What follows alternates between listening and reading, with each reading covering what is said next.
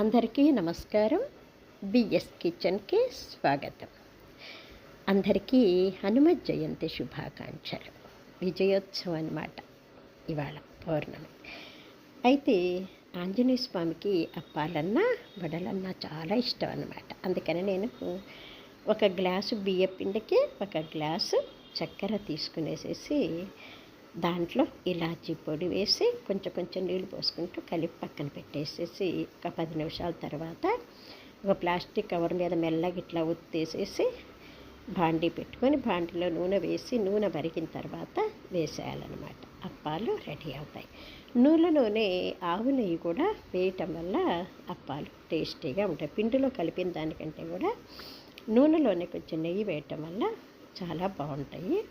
Tasty అప్పాలు 11 చేసి నైవేద్యం పెట్టానండి. మీరు కూడా ట్రై చేయండి. ఆంజనేయ స్వామికి పెట్టండి. ఎలా ఉన్నాయో కామెంట్స్ పెట్టేయండి. మరి మన ఛానల్ని